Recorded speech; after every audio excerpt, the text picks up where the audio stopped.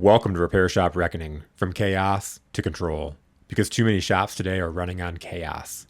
Phones ringing, technicians frustrated, front counters overwhelmed, owners buried in problems with nobody to call. Kevin Brown has spent over 30 years in the trenches, learning how to take that chaos and turn it into control. Shop owner, operator, consultant, leader. Through industry shifts, insurance games, bad hires, great hires, and lessons learned the hard way, this isn't theory. This isn't corporate training fluff. This is real shop experience, unfiltered. On this show, Kevin breaks down what actually works. Running profitable shops, front counter control, training technicians, negotiating with insurance companies, building systems that make your shop run instead of burn, and the mistakes that quietly bankrupt shop owners every single day. No corporate scripts, no sugarcoating, and yeah, somebody might get offended. That's okay. Disney's 2 doors down. But if you want the truth about this industry, buckle up. This is Repair Shop Reckoning, from chaos to control. Let's get started. Welcome back to Repair Shop Reckoning, from chaos to control. So we've been talking about the last few weeks. We went through P&L. Then we went P&L deep dive. Then we went budget. So then we went, after budget, we went to balance sheets. So now I'm kind of like, okay, I'm going to give that all a break and let these people soak this all in on YouTube, watch it all, because quite frankly, it's confusing. So I wanted to go back to something that's been on my mind. It kind of fucking irritates me. So I'm just going to I have my notes once again, so I don't babble. I don't need to read them. I pretty much know what I'm going to say because I can spit bullshit like the best of them. You could ask the people online that hate me. You know, I got some guy that tells everybody that I don't even have a shop. I'm just out here fucking running my mouth. And then another guy yesterday told me, what did he say? I don't know if you've seen the post. Basically, he said that all I talk about is negative stuff. Yeah, you told me Every one of my videos is negative stuff. Every one. So my simple response back to him is, you guys can go read it because it was my usual nice self. Because I just get so sick of, you could literally say, you know, I saved a little puppy from drowning in the river. And I almost lost my life doing it. And guys would be on there like, yeah, but the 4 more died, you know, 4 streets down and you didn't do nothing. You're a horrible person. Like there's no winning online. Yeah. And you kind of wonder why people on social media or some of these influencers end up killing themselves. These motherfuckers are on their keyboard could be savage, but the beauty of me, I don't really give a shit what they have to say. Exactly it, yeah. Okay, how many times have I been flamed for telling that guy he had his head up his ass for not putting a cotter key? And I firmly fucking believe it. I don't care what anybody says, okay? My thought is, I always ask these guys, always have an opinion. What's the name of your shop? Do you know how many of them answer me? Zero. Because what they are is a guy on the other end of the line or on the other end of the keyboard or wherever on TikTok, Facebook, or everything with an opinion. That's all it is an opinion, because they've never done anything in their life, but they always had to sit there and give advice. Okay, it's like Dave Ramsey says, don't take advice from your broke brother-in-law. Don't take financial advice from your broke brother-in-law.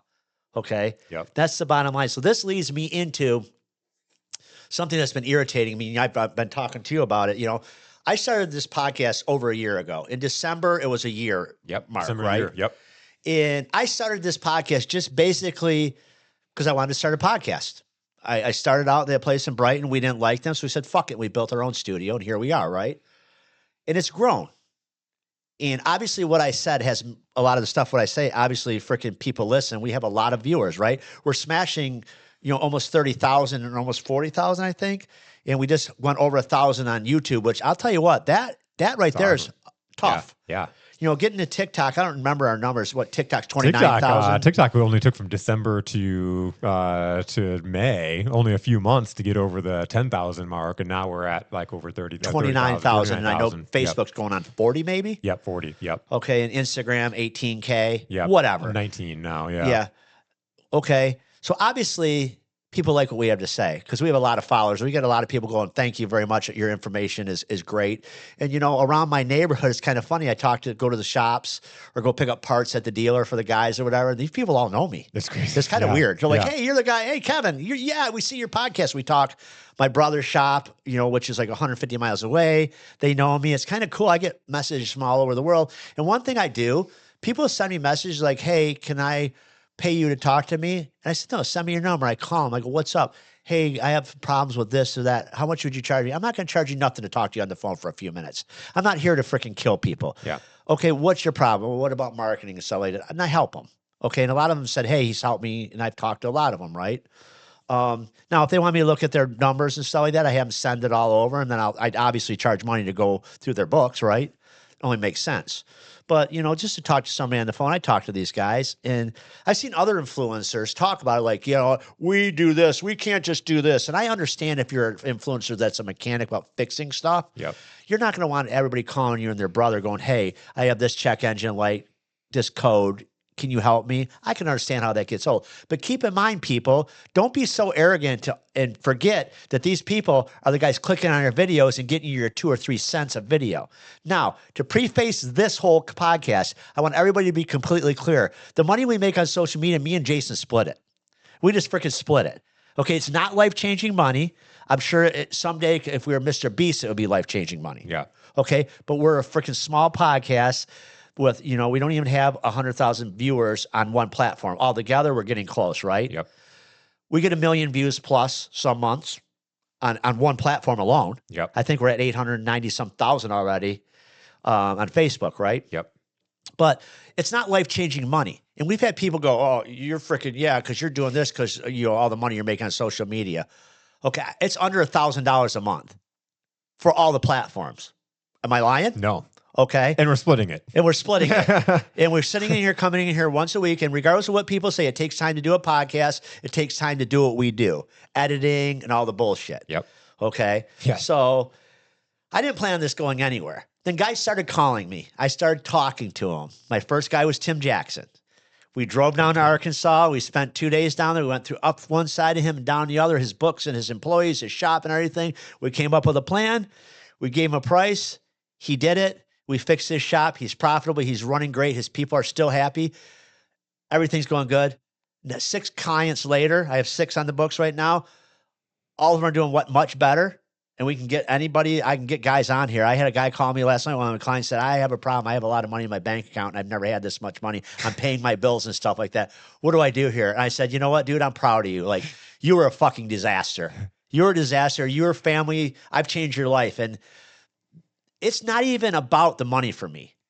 It's a byproduct. The money's a byproduct of what I do. I like going to their shops and going, okay, I can fix this. I'm going to go ahead and do this. And let's talk about this. It's fun for me, right? Someday it'll get fucking boring and I'll stop doing it. That's just the bottom line. That's me. Yep. You see me start a vintage motorcycle company. I ran it for a couple of years. I'm like, yeah, this is fucking boring. I sold everything off and moved on to something else. But I like helping people. And this isn't, like I said, I'm not doing it for free. So yes, obviously I'm making money. So don't ever make that mistake that I'm out here doing this for free. Not doing Mother Teresa's work. Right, exactly. I'm not Mother Teresa. Exactly. Mother Teresa's work. But I like the idea of helping people and changing people's lives. Okay, I'm not saying I have a hero complex. Here I am, to save the day. Not at all. But you could take what you learned and go to somebody's place and do it. Yep. But take this into consideration, everybody. How can I leave 2 shops and leave for 2 or 3 days in a row or a week at a time and the shops still go and make money? Oh, maybe because I have policies and procedures and my people are trained and they do their job, right? So none of this is bullshit. This is all provable. And I always tell people, call Motor City Truck Collision or Garrett Auto and Truck Service if you have a problem, you think I'm full of shit, and ask them, how is Kevin? Ask any of them. I fucking challenge you. And I've had people call the shops. And my guys tell them, if you do your job, it's great. If you don't do your job, you get freaking training. Yeah. We've come up with training once a week with my guys. It's not like I know everything, and I'm evolving through this whole thing too. I'm coming up with stuff like, wow, I had never thought of that or this or that. So this is a learning experience for me too. And I can't act like, yeah, I'm the coach or I'm the consultant that knows every fucking thing, because I don't. And anybody who comes into your shop that's a consultant and says, oh, yeah, I know everything, they're full of fucking shit. Because I still go out on the road and I look at something and the guy in the shop goes, I go, that's a pretty good fucking idea. Yep. One of my clients, Bill Griffin, he had fucking walkie-talkies. Yeah. I walked in, I'm like, what's up with that? He's like, their walkie-talkies save lives. Well, years ago, we had Nextels. And they were great around the shop, right? It just they kind of faded out, and I forgot about them. I went to Bill's, one of my clients, and he freaking got walkie-talkies. I'm like, where'd you get them? He's like, Amazon. I ordered them for both shops. They're fucking great. So then I told freaking one of my other clients, I go, dude, get walkie-talkies. They're life-changing. He's like, oh my God. Okay, so I'm not so freaking proud to say I know everything. My idea was to get everybody walkie-talkies. It wasn't my idea. I seen it. I'm like, great idea. Good job. Never even thought about it. Yep. We used to, but shit happens, right?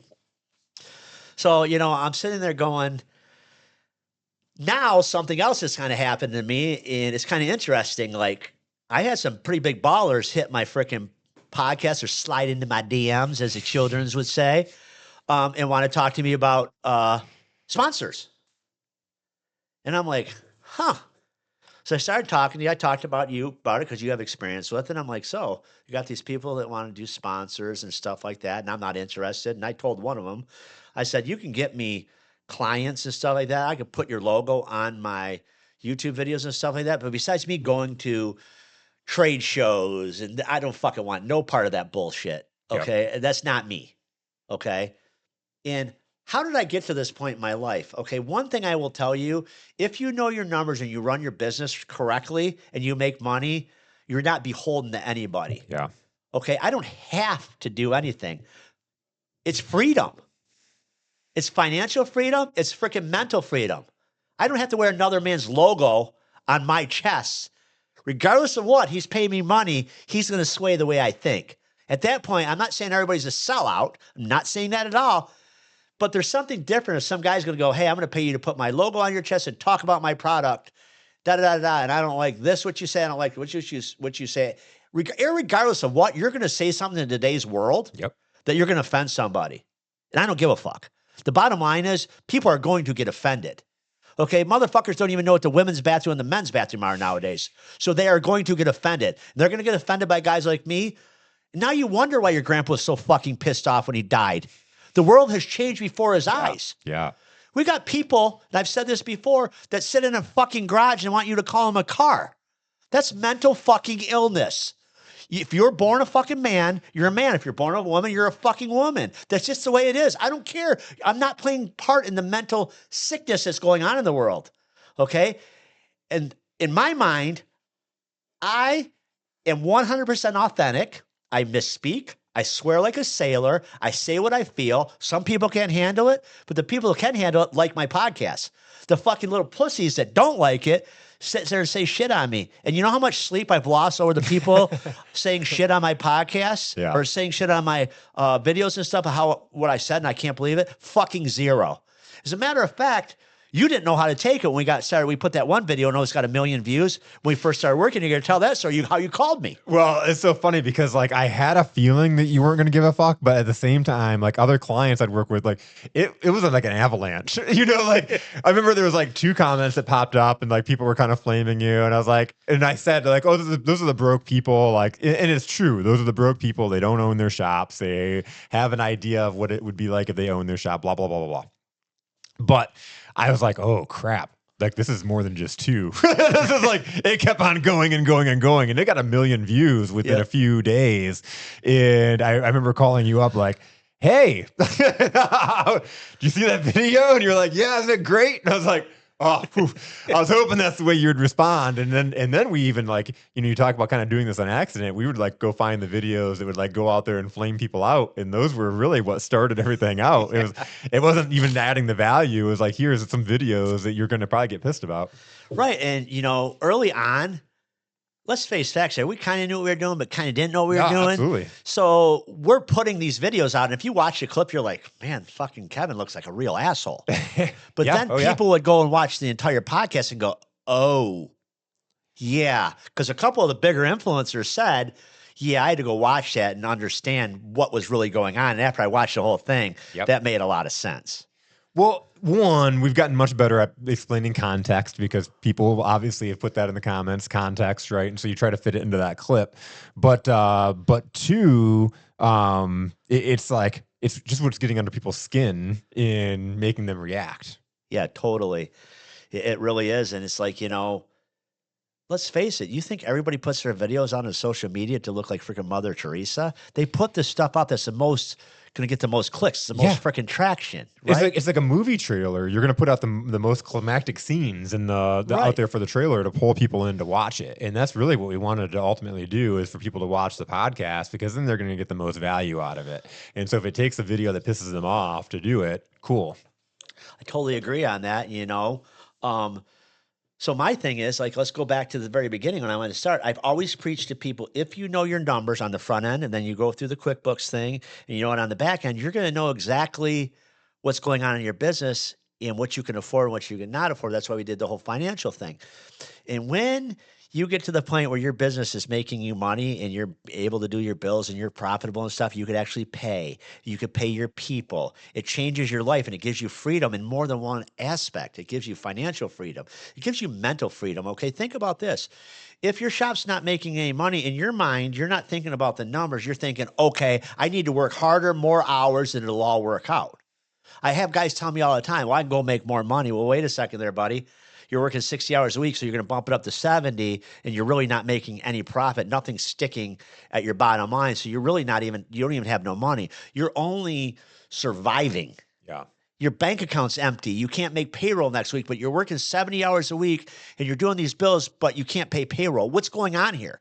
Maybe stop and think about it, guys, that you're not making any money. So therefore, you have no money. So your idea in your mind is, because your grandpa always told you, roll up your sleeves and go up there and do some more work and it'll all be fine. That's not true. If you're losing money and you work more and do more work, you're losing money, more money, more money, more money. I have a really funny story about our client. The Good Fat Life. Oh my God, dude. Yesterday, she's like, I'm going over her price for her magazine. It's $50 for the year. And I was like, how are you even covering costs for $50 a year? You're printing off this beautiful magazine, right? Like you're printing off this beautiful magazine. She sends these gifts, 8 gifts throughout the year that the magazines don't come out. She sends the clients these gifts. I was like, just for shipping alone, how much does that cost you? She's like, $40 just for that. So you're charging $50 per year, and just to ship the product, it's costing you $40 for the year. And that's not counting production of the magazine and cost of the gift. And she's like, no, I'm losing money. And I was like, you need to raise that pricing. She's like, no, I just need to sell more. And I'm like, but if you sell more, you're going to lose more. Like, it's the math. Like, you can't sell more and come out in this situation. You're going to lose more money. Right. But it's not, she's not alone.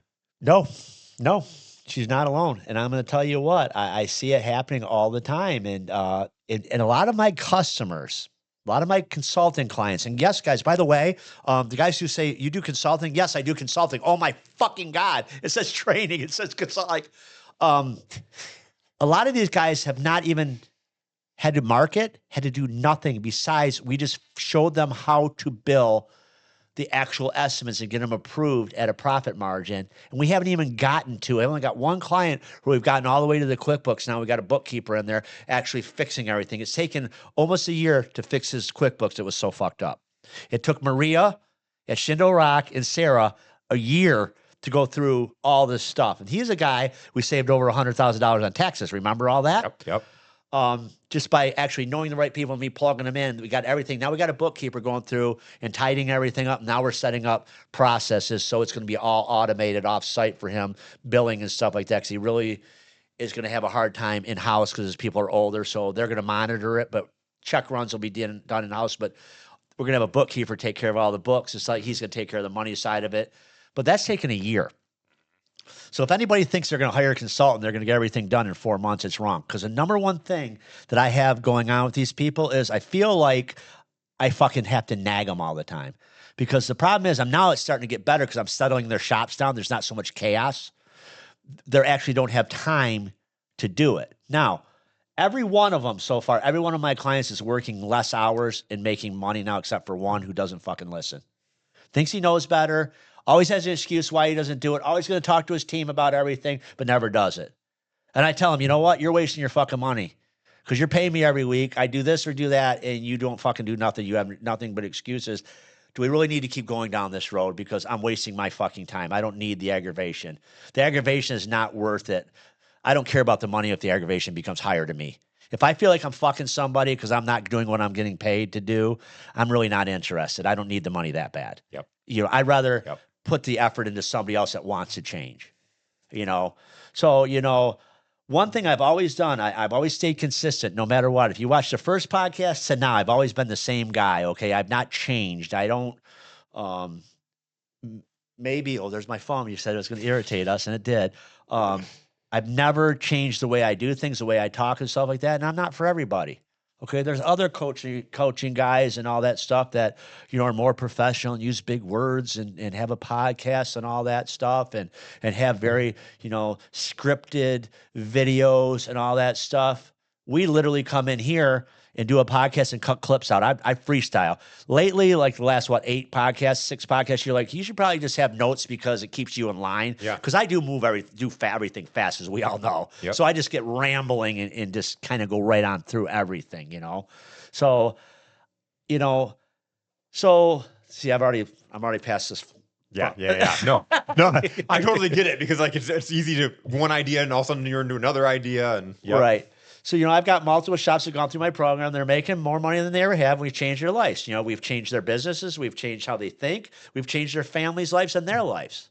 So, that makes me happy, I already read this yet. So back to the sponsorship offers.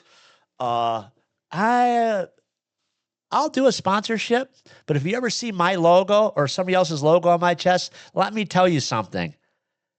They're not telling me what I'm going to say. There's already pre-negotiated contract, whatever you want to say, before I put somebody's shit on my chest if they're going to pay me. I'm going to say what I want. I'm going to act the way I want.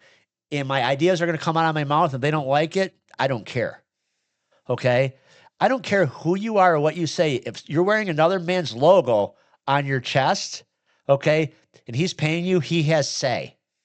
Okay? It's like Gary Vee says, if you're 20 years old and taking money from your mom and dad, you don't have a fucking opinion. Yeah. Shut the fuck up and thank them. Yep. Okay? And that kind of goes with the sponsor, right? If somebody's paying you, okay, and let's give this let's go ahead and pick the big picture. How many of these athletes fuck up? They're making big money with Nike, Reebok, whatever. Yep. And they fuck up. What happens? That money's gone. And them sponsors are like, we out. Yep. We don't need it. Yep. Oh, the public won't like it. Half our fan base will be bad. Ooh, he said what? He drank what? Okay. It crashes. So my thing is I own my brand. I own Repair Shop Reckoning. I don't have to frickin' be beholden to anybody. How did I do that? It's called financial freedom. Like I've said 100 times, you can walk out that door and shut these cameras and shut these lights. I don't even have to open that door for the next year and my life would not change a bit. Yep. And I'm not bragging, but what I'm trying to convey to people is if you get your shop running right and you know your numbers, and I don't care if you hire me or hire another coach, whatever fits the mold, right? Hire somebody to get you to actually achieve something instead of going to work every day and working more and more and more hours and making less and less money and struggling. Get somebody to help you. Get freedom. Get financial freedom. Like, how many of these guys right now, their credit cards are maxed out. They have no money in their bank account. They have money, but unfortunately, they didn't bill their customers, so their money is in their customers' bank accounts. Their car payments are past due, and they don't know what to do. And they're scared to death to pick up the phone and call somebody to help them. So we started this podcast out of me just talking about shops. Now it's morphed into we help people. Okay? And once again, I'll just say I'm not for everybody, but I will tell you the real freedom comes when you have enough money not to have to answer to somebody. And enough money for some people is not enough money for other people. Well, and you talk about freedom, and the freedom is like when a big company out there calls you, like tracks you down, finds your number, calls you, and the first thing you tell them is, "This is what I say. I'm not bending my." They're offering you a sponsorship. I'm not bending who I am. I'm not changing. I say fuck. I say these things. I'm not bending who I am. You're like almost trying not to sell them, like telling them. And then I love that like whether it's somebody that reached out to you on social media or one of these companies, they all say, well, yeah, you are the guy on the videos, like you match the brand. It's not smoke. Yeah. The one person that is really, really, really huge. If I say the word, everybody's going to know who it is. And I'm like, yeah, I'm not interested in freaking fitting into your mold. Yep. I am not your guy. Yep. I like your product. I use your product, but I'm not here to sell something for you the way you want me to sell it. Yep. Can you imagine they get my hair parted to the side? I got a fucking wig on, a fucking tie, a suit. I'm here to tell you, fuck all that. I can't picture you trying to be somebody else. Right? A wig. A lot of our users have a lot of hair. They all look like Elvis. Here I come with an Elvis Presley fucking wig on or something. Come on. And you know what? You could see some of these people that are sponsored, they make more money being sponsored than they do at the actual sports. That's right. Yep. I guess if I was an NBA player or something like that or whatever, and I could get $85 million, would I bend on who I am? Probably not. No. I'm just not that guy. I'm just, irregardless, like there's certain hard stops in my life that I just would not compromise on. I never have. And you can have my mom on here and go, oh my God, he just has his own freaking agenda and he just will not listen. I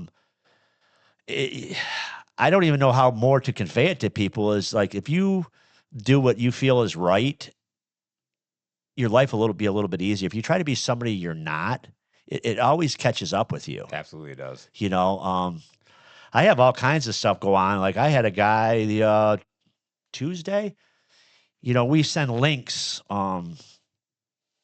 through Shopware out for people to approve estimates. So one of the big things is we always say, click here to read this so you can read it. Well, a lot of times these guys scroll on the bottom line and see the bottom line and they freak out. So this guy calls and he's freaking out, and I just happen to walk by and he's screaming at freaking Phil and Lincoln. He's on speakerphone and they're freaking yelling back because the guy's just being unreasonable. I told everybody stop. I walked around and hung up on the guy. They're like, "What are you doing?" I go, "Fuck that. We're not going to listen to the guy yell." So he called back and I answered the phone. He starts yelling again. I said, "Listen, when you're done being a fucking asshole, I'll talk to you." I hung up again. I said, "Do not answer the phone. I'm going to my office." No call back. So I'm walking up front and the phone rings and Lincoln's like, "He's on the phone." I call him up. He's like, "This is boss man?" I'm like, "This is boss man. This is Kevin. That's what you're going to address me to." He's like, "Okay." And I went through the whole thing. I said, "This is what your truck needs. This is what you were told. If you took the time to read, we laid it all out. Okay, you need a left tie rod. It's loose. Your kingpins have not been greased. It's got memory steers in a Zuzu truck. Your drag link is ready to fall off." I said, "You told our guys that you had it aligned at another shop and it still didn't drive right, right?" "Yes, I did." I said, "There you should know right there." So he's like, "Well, I don't have the money, blah, blah, blah." I'm like, "That's fine." I said, "Come and pick it up then. No hard feelings. Everything's documented. There's pictures and everything. I'll come there. I'll be there." So he started being shitty. I said, "Come, I'll be here. Ask for Kevin." So about 45 minutes later, him and another guy walk in. And I'm like, "Hey, what's going on?" He's like, "I'm here to pick up the truck." All fucking pissed off. I'm like, "Man, why are you so fucking pissed off?" I go, "You asked us to do a thorough inspection. We did a thorough inspection. We possibly saved people's lives because the truck got memory steering." His driver's like, "Yeah, this thing's crazy to drive. Like, it's all over the road. It's sticky. Anybody who does not know what memory steering and Zuzu is, the kingpins have never been greased, so they're C's. So if you go around the corner and you turn left and let go of the steering wheel, the motherfucker keeps going left. It has no steering return. Okay. So it's dangerous. So you're always driving the thing down the road, and it's got a loose tie rod, and the drag link's loose, so it's really bad. Like Holy you fuck. hit a bump, it's all over the road. Yeah. And I go, where did you flame out? I go, what pissed you off so bad? He's like, "I'm going to tell you what, your guy told me $1,000 for kingpins." I said, "Nope, we already listened to the video, and I already had it queued up." I played it. He said the kingpins are going to be in the thousands, depending if the axle's damaged because they've been worn out, blah, blah, blah, blah, blah. Oh. I said, "Yeah, so you yelling at Phil, and that's how it started. He told him it was going to be 1,000. He said in the thousands," which I told Phil, I go, "You shouldn't have told any price. We don't give prices." So he kind of caught you and whatever. So the guy's like, "Well, what does it need?" So I went through the whole list with him. And I said, "Listen, no matter how you take the feelings out of this, the feelings don't matter." I said, "The bottom line is your truck needs this. Okay, you see the pictures. You know it drives bad. You had it another place. They aligned it. They clearly didn't know what the fuck they were doing because they aligned a truck with loose front end parts, which is a big no-no." I said, "So you could do what you want. You can get mad. This can be personal. You could say you hate us. You could hate me because you don't like the way I talk. My guys were yelling at you." I said, "But the bottom line is, at the end of the day, your truck still needs repair. Correct?" "Yes." "Can you give me a deal?" "No." "Will you give me a discount?" "No." "Well, I'm just going to take the truck." "That's fine. Pay us the fee for checking it all out. Take your truck. We'll give you the report, so at least you know if you can go get it done cheaper somewhere, no problem." How quick could you get it done? My guys are looking at each other going, are you fucking kidding me? And I go, if we order the parts, they have them all in stock. We could probably have it done in a couple days. He goes, well, I have a problem with my lift gate. Will you go out and look at it? I go, no. He goes, no. I go, no. He goes, you won't go out and look at it? I go, no. I go, I'll go look at it for fucking money. I go, but you're screaming and yelling. I said, I'm not going to go out there and look. He says, well, let me call my partner. I said, okay. So he calls his partner. He comes back and he says, I think we're going to go ahead and do it. Will you look at the lift gate? I go, you want me to write it up for an hour on the lift gate to check it out? He goes, yeah. I go, okay, write it up for an hour. Lincoln, add an hour to it and write it all up. It's a hard time doing this and this and this. And I talked to him and he's like, okay. I go, you do realize that the DOT is expired on your truck too. I go, so you doing all this work and stuff like that? I go, if you get pulled over, you're going to be in trouble. I go, on and put a DOT on it. Yeah, we should probably do a DOT. So I put a DOT on it. You upsold him. So I upsold him. And we get all done. And he's like, will you trade me for a refrigerator? I go, no. I go, I got a huge refrigerator at my $2 million house. And we're laughing at the time now. And he's like, $2 million house? I go, yeah, how do you think I got a $2 million house? Selling kingpins. And then he's laughing. He's like, will you go out and look at my kid? I go, now that we're friends, yes.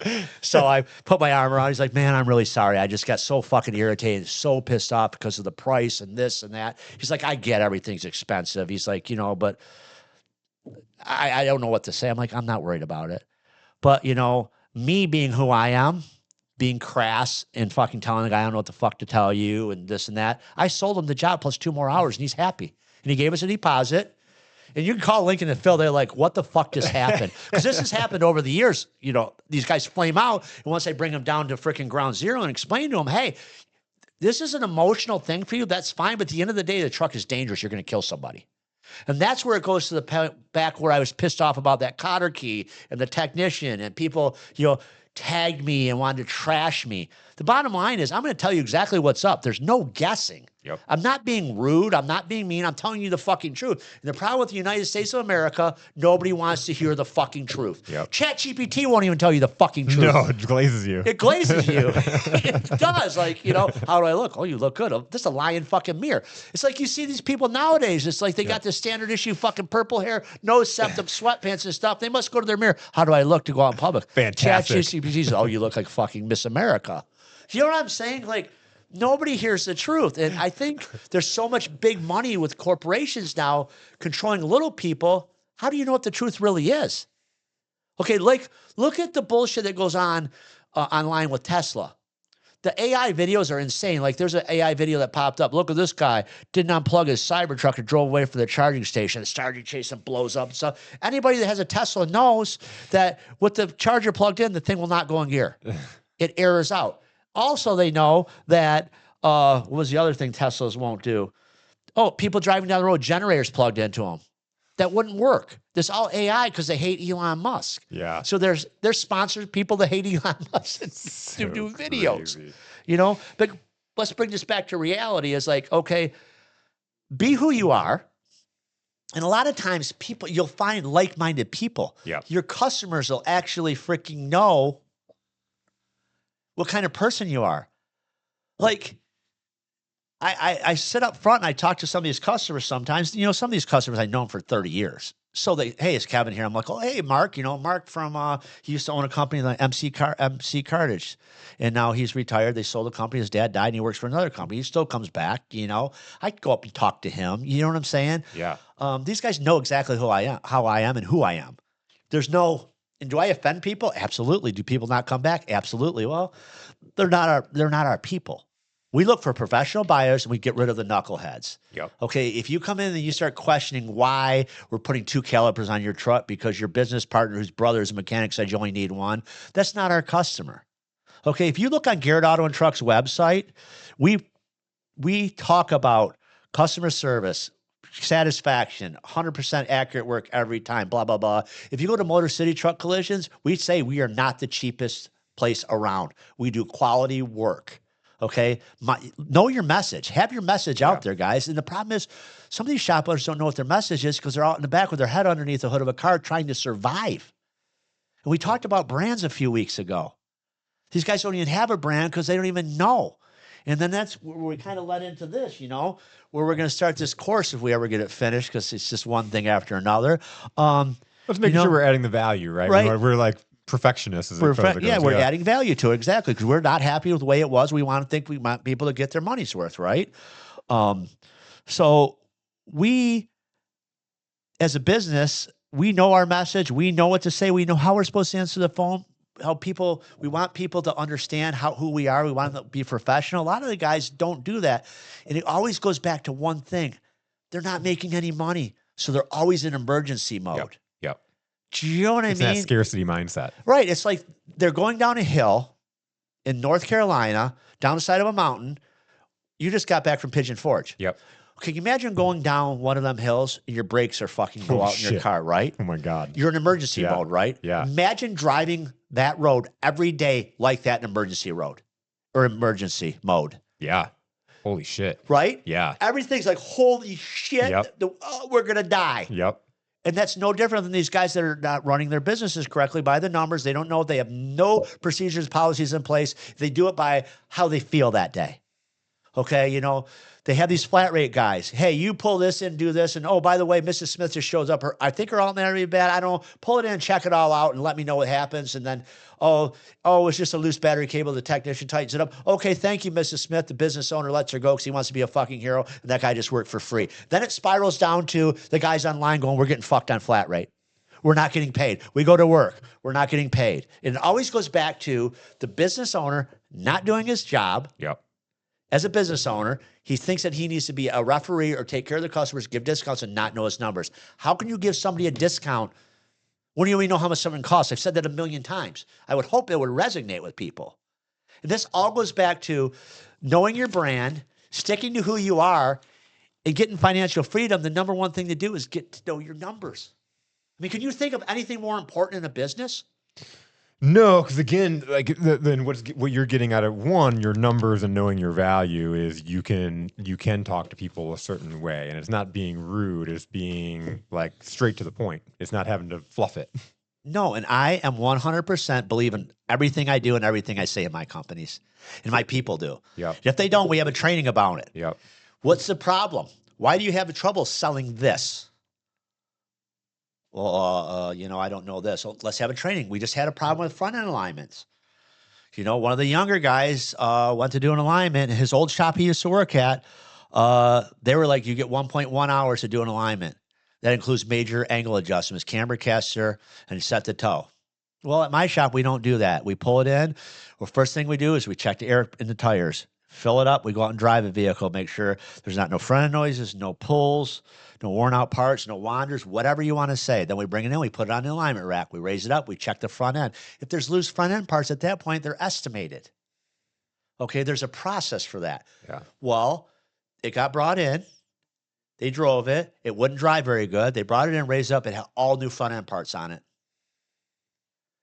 Instead of the young guy saying, okay, hang on, son, this thing's going to need camber caster adjustments because whoever put it together didn't know what they were doing, didn't clean up where the adjusters go. It was a Chevrolet van.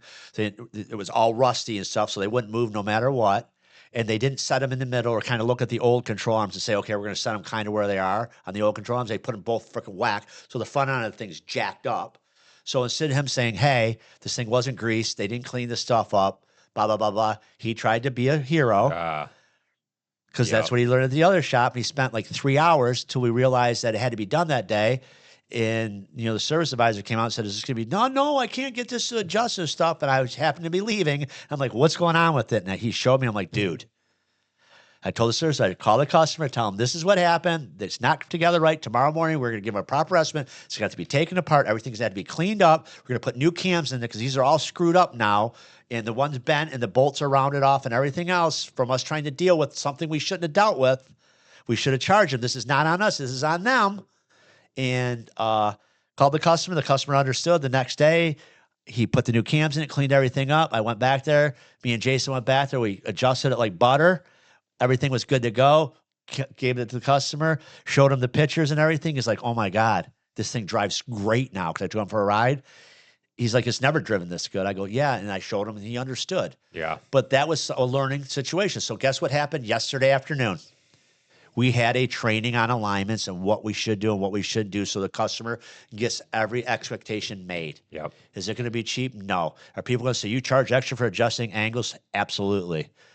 No doubt about it. I don't care if you're Superman. You couldn't have taken them cams out of that thing, cleaned it all up, and did all this stuff, in an hour, 1.1 hours. It's just not happening. And keep in mind, my guys are hourly. Yeah. So I was taking all the risk. So all the extra time he spent, guess what, guys? It cost the shop. So guess what? We were losing money because if we make $50 an hour, we sell 1 hour worth of labor, we have $50 profit in a labor hour. They're going to say, oh, your guy makes half. I'm using round numbers. We just charge $100 for labor an hour, 50 to the mechanic, and you'll say 50 profit. What happens if he goes 3 hours? You're losing money. That profit is gone. Okay. Now, once again, that's $50. I know everybody's going to say mechanics need to make half the hourly rate because, we know we're mechanics. Okay. But, my point of this whole thing is, guys, know your numbers and know your value. And that goes into being sponsored. Yeah. Okay. If you don't know your value, you're going to let somebody buy you, right? If your value is way up there and you're like, yeah, I'm not bending on anything, and I won't bend on quality, I won't bend on jobs or anything. I had a guy come in there today to buy electric brakes, 12x2, 6,000-pound axle. He says, my company doesn't want to put new drums on. I said, well, I'm not selling you the backing plates. He said, why do you care? I said, because you're going to go ahead and put these on. These shitty drums, they're not going to work. They're going to overheat the new brakes, and you're going to want me to warranty it. I'm not interested. So either buy all the stuff to do the job right or go somewhere else and do it. I'm not being rude to you, but I could see a potential problem. Yep. He went outside, called this company. They said, yep, you better buy the drums then. He came in, he bought the drums. Okay? A guy who was hard up, who needed that money, what would have happened there? He would have said, fucking four brakes, that's $400. Yep. Yeah, you want bearings? Sure. You don't really need bearings. Let's just buy the seals because, I need to sell something. So all of a sudden it's $420. He puts the 4 backing plates on. 2 days later, the guy calls him and says, the bearing's burnt up. The brakes you sold me are shit. When we all know it was the drums anyway. How can we convince him that the drums were the problem? He's not going to admit it. Nope. Now he wants a warranty. Now you get a bad review. Now you're this. Now you're that. Blah, blah, blah, blah, blah. Instead, I said, listen, it's not worth the aggravation for me to sell you these parts for you to destroy them and cause a big fight. Yep. So in me being confident in being profitable, we looked at a customer and said, Mr. Customer, you don't have the education or the know-how to talk about what you're doing. You should have looked at your boss, if you're the mechanic you say you are, and say, we got to put drums on this thing. We can't put brand new brakes on this electric brake trailer when the drum faces literally had chunks out of them where the magnet rides. So the minute it went by the chunk, it was going to mess the magnet up and oh my God, it was going to hit the brakes, It was going to be a mess, right? By being profitable, knowing what I'm doing, my people know what they're doing, we just said, no, we won't sell you the brakes. And we end up selling the whole job, and it was $900 some. Was I aiming to sell the guy $900 versus $500 or $400? Absolutely not. What I was aiming to do is give him what he needed. I'm the professional. I'm the guy who sells brakes. This is what you need. If you don't want to do it right, I understand. We're not for everybody. Go somewhere else where they'll do it. And I'm pretty much sure any electric brake place they would have went into that sold trailer parts would have looked at him and said, you can't put them in there. But think about this. Think about a trailer repair shop that has not enough money to highly pay their staff. So they have the high school kid come in there. The guy, and the older guy comes in and says, we're not buying the drums. High school kid's not going to look at him and go, no, you have to. He would have said, okay. He would have sold them the drums. Yep. Or sold them the backing place, and then it would have had a problem, and it would have came back, and the owner would have been like, what the fuck? And the kid that sold it is making $10 an hour. It has no freaking skills whatsoever, or not to know, or the balls to even say, hey. Yeah, he's not going to say that. Right? So if you know your value and you're profitable, you could look at people and go, we're not going to do that. And how many places if you go, they'll take your money. Mm-hmm. And they don't even know what to say. They're just like, well, we need it. We need it. I can remember, I'm not going to lie to you guys. I remember back in the day, some of the jobs we would do. And it wasn't that long ago here at Motor City. It'd be December. Yeah. Before our marketing was fixed. It was slow. I remember one of our construction companies came in. Their fifth wheel plate on their 210 53-foot trailer was freaking rotted out. We didn't have much to do. I didn't really want to do the job. It ended up being like $30,000. It took us like the whole month of December. We did it. Oh my God. Yeah, it was horrible. Wow. Horrible job. But we're like, yeah, you got to kind of do that. But now that we got our marketing fixed and our parking lot's full, I can kind of pick and choose what jobs I want to do. I just don't do the loss leader jobs just to do the loss leader jobs now. Do you know what I'm saying? Yep. Like I know where they should be as far as when we price them. and we kind of keep them there so we are profitable. Knowing your numbers is one thing. Not having enough work to maybe do something a little bit cheaper, lower than you normally would, but you're still making money is a whole different story. But what if you don't even know what it's costing you? Right? You're going blind. Right. So what if that job, say it was a $30,000 job, and that was the only job I did in December, and my costs were 90? Do you know what I'm saying? Like you're just trading dollars. You're losing money. You're trading dollars. Like you barely even made a third of what you should. You know, I'm not going to say we can obviously charge a guy $90,000 to fix a trailer, but it was just a kind of a picture. You know, like if a job costs you your cost of goods sold, like we talked about the $100 bill, right? Yep. It's $40 to do the job, and you get to keep 60% of it, right? $60 out of that job. What if the cost of goods went up to freaking 90 and you're making 1%? Do you know what I'm saying? Like 99 and make 1%. There's a lot of different variables that knowing your numbers is really going to change the outcome. And I'm repeating this because we're kind of coming off of what we talked about.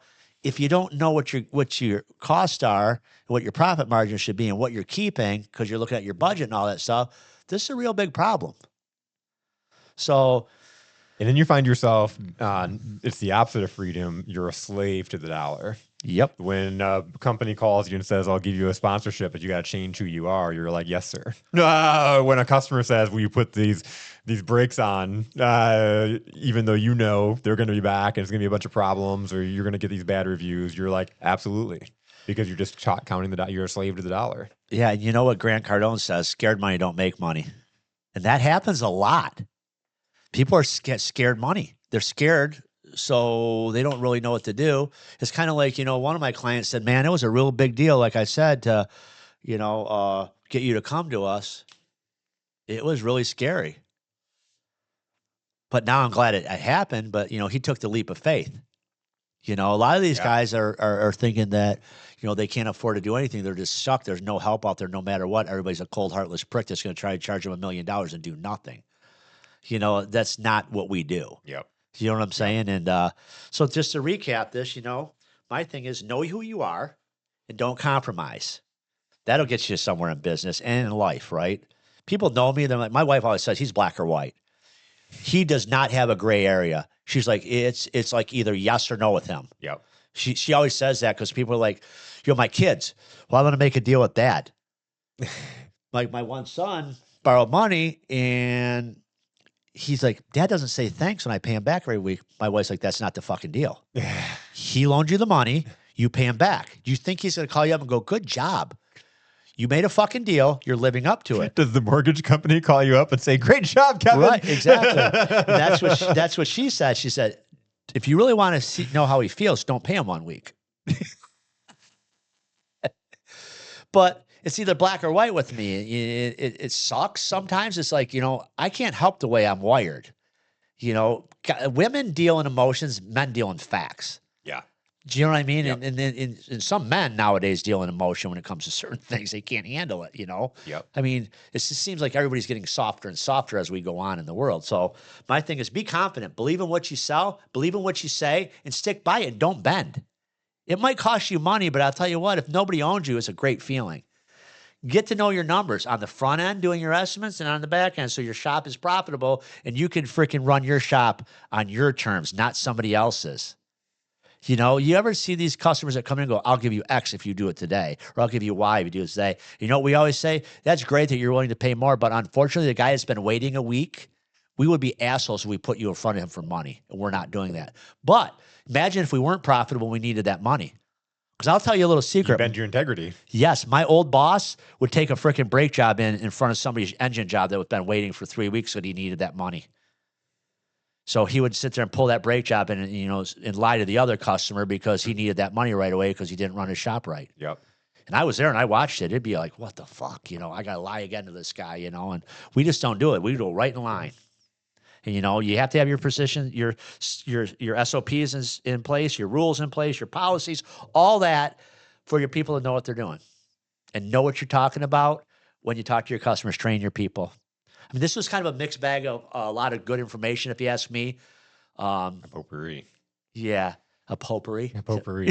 Yeah, it smells good too. Yeah. I'm sure there's going to be somebody that says, oh my God, what a dick, but whatever. I'm self-made. and I'm not bought and paid for by a corporation. And you're not for everybody. Nope. Great. Why are you still listening? It's been an hour. Yeah. And why did you wait till like 1 hour and 2 minutes to tell me you didn't like that part of the podcast? You ever know them guys that call like, oh, I didn't like the glitch at 1 minute and 15 minutes. Like, okay. It's like the people that eat the whole meal at the restaurant and then complain about it and try to get their money back. Except they're not paying any money for the podcast. Like, if anybody doesn't think that big corporations are not a problem in America in controlling us little guys, you're crazy. Just look at politicians. Look at politicians. I was watching a video, a little funny story on a guy that details airplanes. And he said something that really made me curious. He said, I got a call from a politician that one of his wings was dirty and somebody made a comment, so I'm out here cleaning his plane. He's like, you know what? These politicians don't give a shit how much money you charge them. They just pay it. How the fuck is that if these guys make $150, $250 a year? And they don't care. A guy comes out and charges them a stupid amount of money to clean their plane. First off, they have a plane and they Yes. make it 100. Like that in itself, they're Right. not affording that on $150,000 a year. And I know guys that have their own planes and they say that is the one bill that comes around every month. And I think to myself, holy fucking shit, that's expensive. And these are guys that I know that are billionaires. And they say that's expensive. Fuel. And politicians are like, I don't give a shit how much it costs. Go ahead and clean her up. You're a public servant and you're not worried about your airplane being cleaned. It's one of your passengers. That was probably a fucking stripper. So when your corporate sponsors, as a politician, tell you to vote this way, do you say no? Yeah, imagine that, huh? No, because you're bought. You're Right. paid for. You Right. have no freedom. You're a slave to them. Right. Could I probably make a lot of money if some of these people, if I would have said, absolutely, let's talk about it? Yeah. Probably. Would it change my life? Probably not. We all know I'm rich because I made my money on the back of flat rate tax and upcharging parts, right? Not letting people bring their own parts. I don't let people bring their own parts. I fuck every flat rate guy I can. That's how I got all my money, guys. It's like, and just an update. We have not done the update on the moving the guys hourly. Oh, yeah. They're still producing the same amount of money, same amount of hours. Yeah. They've just moved around. The hours have just moved around. Jason's training longer and harder with these guys, so they're learning more. That's but their killer. hours have gone up. His have gone down a little bit, but the average is still exactly the same. That's awesome. That's teamwork. That's a team of guys that care. Okay, all my guys here, same way. They're all hourly, but their efficiency last month was 106%. Okay, so I'm completely okay with that. I'm not greedy. Yep. I'm 55 years old. Why can't you get 120? Yeah, exactly. Some of the things. So, I guess that was pretty much, I kind of ran through the whole thing. Yeah. And that's what Repair Shop Reckoning is. So my thing is we've done everything. This is fun. What we get to do every week is fun, I think. Yeah. This is kind of one of the Yeah. things I don't really consider a job. Yeah.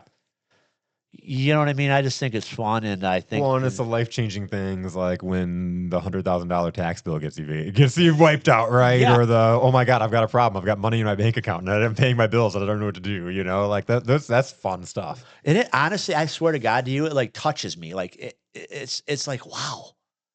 I don't cry, don't get me wrong, but I'm like, it makes you feel good. Yeah. It makes me feel good that I can help people. Yep. And I'm not saying, guys, once again, I'm not saying that I'm Mother Teresa and I'm flying here and there like Mary fucking Poppins and doing shit for free. I charge a healthy buck, but I am not a corporation.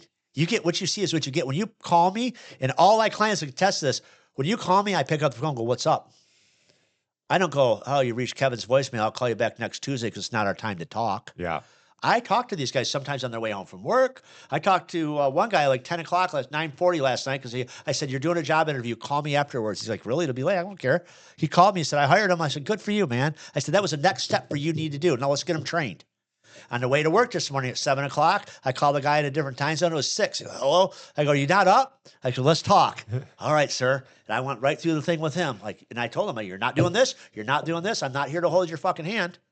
I said, you pay me every week, don't you? Yeah. I said, why don't you take advantage? I know. So it's a good morning call. Yeah. I call these guys and I talk to these guys and, I like what I do and I think it's going to get bigger and bigger to the point where I don't know what we'll do. Because right now I'm at building it up. capacity. Yep. It's kind of hard. Yeah. When you're running 2 shops of my own, not that I really, but I still have to do my day-to-day stuff, my numbers and stuff like that.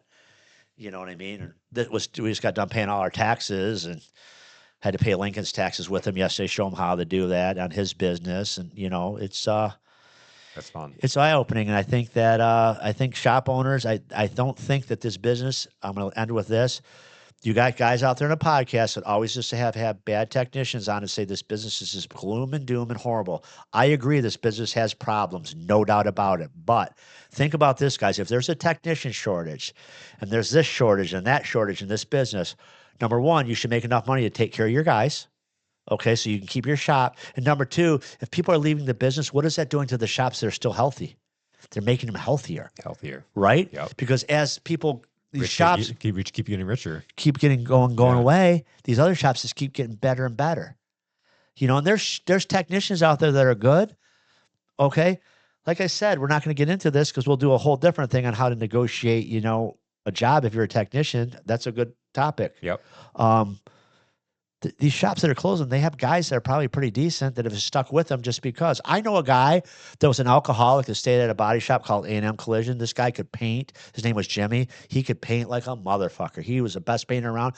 He stayed to the point because he was so loyal to his boss, Tom Mason, who ended up becoming a cokehead and everything else and taking a body shop that was Premier Body Shop and crashing. He stayed there for 3 years afterwards, getting promises of a paycheck. He'd pay him maybe once a week or once a month, and he'd owe him 3 weeks. And this guy ended up losing his house almost and everything else. That business ended up closing, went bankrupt and closing. It was A&M Collision.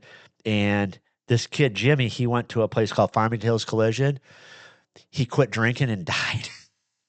This guy used to drink during the day. He stayed at A&M because his alcoholism was so heavy that he could drink during the day. His boss didn't say anything to him.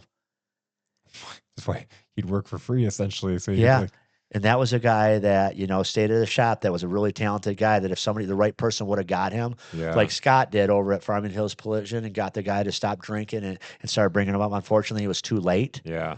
But if he would have found somebody that took care of him, there's a lot of guys that are out there that are good people that just have problems and you can navigate them and deal with them. Yep.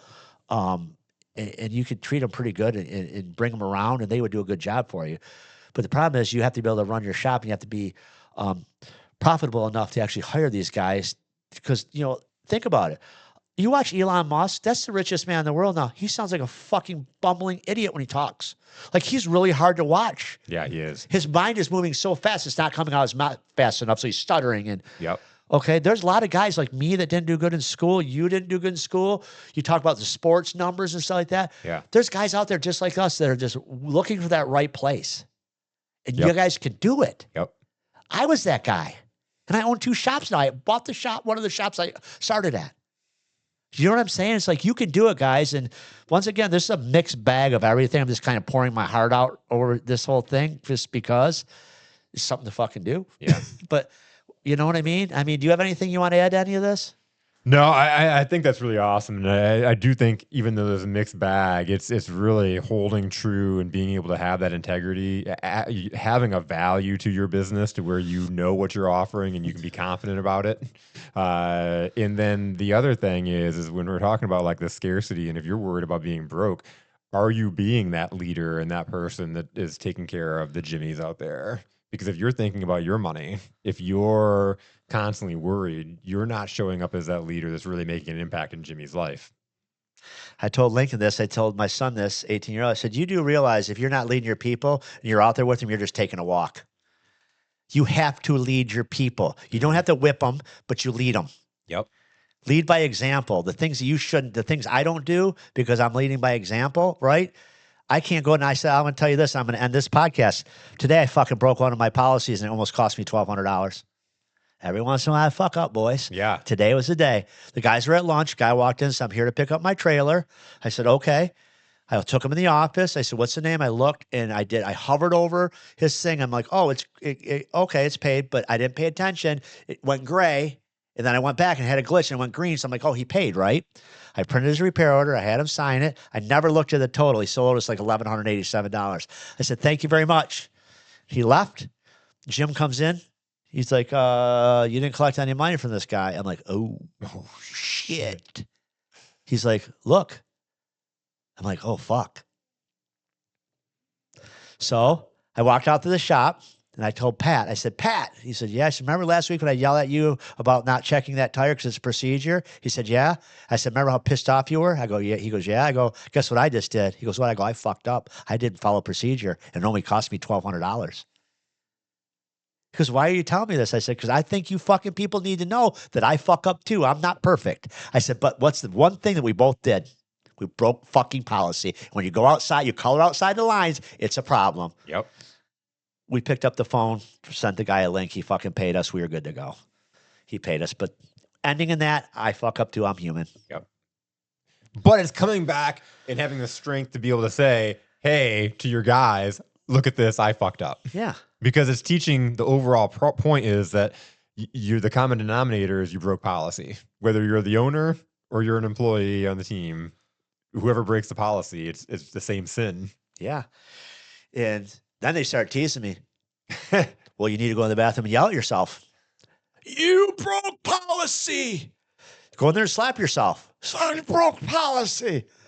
What is wrong with you? I can't babysit you all the time. We have policies for a reason. They're all teasing me. I'm like, yeah, I get it, guys. Fuck off. All right, guys. Thanks for watching. All right, that's going to do it for this episode of Repair Shop Reckoning. If this helped you, please make sure to subscribe so you don't miss what's coming next. We drop real conversations, real systems, and real solutions every week. We'll see you back here next time on Repair Shop Reckoning.